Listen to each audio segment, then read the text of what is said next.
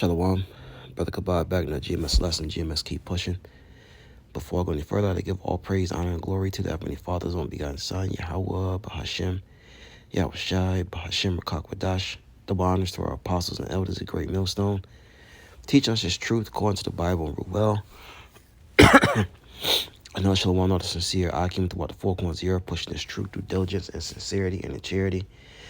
And now Shalom, all you sincere followers, believers of Yahweh Bashem Yahushai, not just hearers of the word, but doers as well, you men, women, and children, hopefully elect Shalom. Came across this article in the Daily Dot.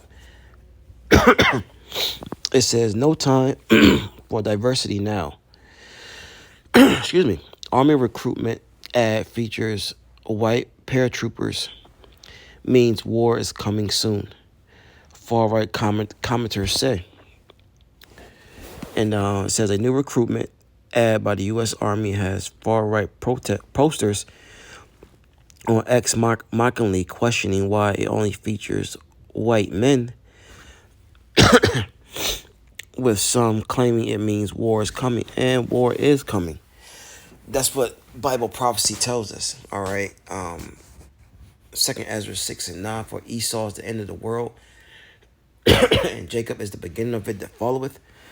All right, by process of elimination, Esau is the so-called self-proclaimed white man, woman, and child, and we're living in the time of their rulership coming to an end. All right, we're living in that time, and the way his rulership was established through his blessing is the same way it's going to go out. So let's get that. We'll start at 38. Genesis 27 and 38. And Esau said unto his father, hast thou but one blessing, my father? Bless me, even me also, O my father. And Esau lifted up his voice and wept. It was crying like a you know what. It says, and Isaac, his father, because when you go into the backdrop of this story, Jacob received the blessing. All right, his mother had him put on garments of what Esau would have on, hairy, and supplanted Isaac into giving Jacob the blessing, because the blessing is supposed to go to the eldest. All right, the oldest. Okay, which was Esau. He came out red. Okay, but it reads on. It says, and Esau lifted up his voice and wept, verse 39. And Isaac his father answered and said to him, behold, thy dwelling shall be the fatness of the earth, and of the dew of heaven from above. And by thy sword shalt thou live. That's the point I wanted. All right. See, Esau's blessing, the so-called white man, was the sword. And this is what, he would do with it. All right. It says, and thou shalt serve thy brother. And it shall come to pass when thou have the dominion, that thou shalt break his yoke from off his iron. Break the yoke from off his neck, Slakia. And Esau hated Jacob because of the blessing wherewith his father blessed him. And Esau said in his heart, the days of mourning for my father are at hand, then will I slay my brother Jacob. And that has not changed. All right, and you Israelites, so-called Negroes, Latinos, Native American Indians who go back to the sea line of Jacob, according to your father's side. All right, he's going to show, Esau's going to show you this. But the point I want is that the Lord said that what Esau was going to live by the sword, which is his blessing. All right. And the same way this place was established, same way it's going to go out through war. All right. And this is the average face, all right, of an Edomite. All right. He's scared, like he don't want to go to war. All right. And that's they said no time for diversity, because they want any and everybody on the front lines. All right, for this upcoming World War III. But guess what? Edom is going to he's going to lose horribly. All right.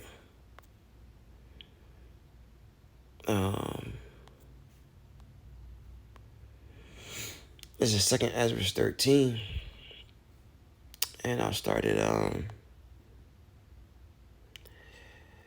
I started 5. And after this I beheld, and lo, there was gathered together a multitude of men out of the four winds of the earth, out of heaven, Salakia, to subdue the man that came out of the sea. See, during this upcoming World War III, it's prophesied in Revelation, as well as many many other chapters. All right. Revelation 11:14, the second woe is past, and behold, the third woe coming quickly. It's talking about the wars. All right, woe means destruction. You had your first world war, which was destruction. You had your second world war, was destruction. And now the third woe is coming quickly. All right. And if you haven't been living under a rock, you can see that these nations are already at war amongst one another. So during the time of, these nations fighting against each other, the Lord's going to come back. Oh, yeah. Verse 6, it says, but I beheld, and lo, he had great himself a great mountain, and flew upon it. Right, it's talking about the chariot that the Lord's coming back on. What the word even called UFOs. It says, but I would have seen a region or place where out the hill was graven, and I could not. Right, couldn't see where it ended. It was so huge. Now, back here a couple of years ago, NASA had a feed running where this huge chariot, all right, the world calls UFOs, was coming towards the earth, and it was so big, it was bigger than the earth. All right. It says, verse 8, 2 Ezra 13:8, and after this I beheld, and lo, all they which were gathered together to subdue him were sore afraid. Right? They were sore afraid. Look at that face. That's a face of uncertainty. Right? A face of fright. Okay, not knowing if they're coming home. And guess what? Those troops ain't coming home. All right? Because the Lord has a controversy, and he's going to judge you nations in the valley of Jehoshaphat. All right? Which is Yahweh Shaphat, which is, Yahweh Bashem Yahushai's judgment for you nations, what you have done to the children of Israel. Esau don't care who you are. He just wants you and his army. All right, but guess what? We are supposed to be on the side of who the world calls God and JC, Yahweh Bashem Yahushai, as Israelites, man. Especially the men, all right? And this is a spiritual war for us, not carnal. 2 Ezra 13 and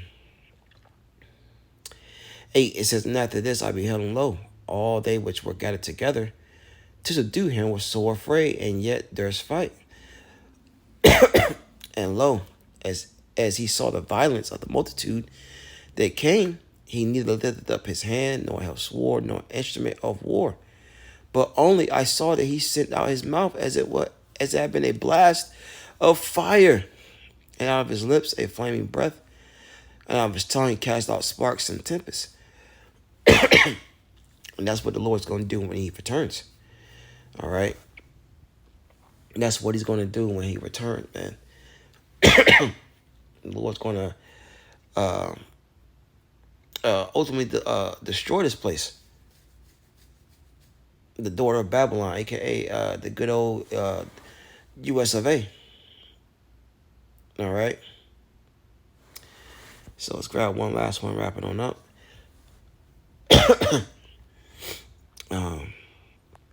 Stay a second, Ezra.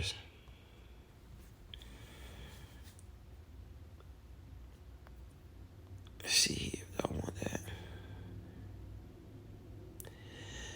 2 Ezra 16. I start top. Woe be unto thee, Babylon and Asia. Woe be unto thee, Egypt and Syria. Girt up yourselves with cloth of sack and hair. Bewail your children, and be sorry, for your destruction is at hand. A sword is sent upon you, and who may turn it back? Right, because this is the prophecy of Yahweh Bashem Yahushai. All right, and he's not going to pull back his sword, which is those ICBM missiles along with the chariots. A fire is set among you, and who may quench it? A plagues It says, plagues are sent unto you, and what is he that may drive them away? May any man drive away a hungry lion in the wood, or may anyone quench the fire in the stubble when it has begun to burn? Verse 7, may one turn again the arrow that is shot of a strong archer. The mighty Lord senteth the plagues, and who is he that can drive them away? That's right, man. And these ICBM missiles, what you hear about being built, okay, once they are let off in the upcoming World War III, so what if some don't believe?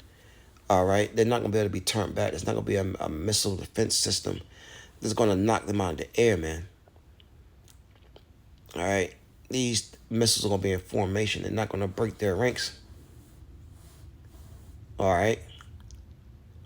So, just want to touch on this, from this article, No Time for Diversity. Yeah, Esau's letting anyone in now because it's the time of war.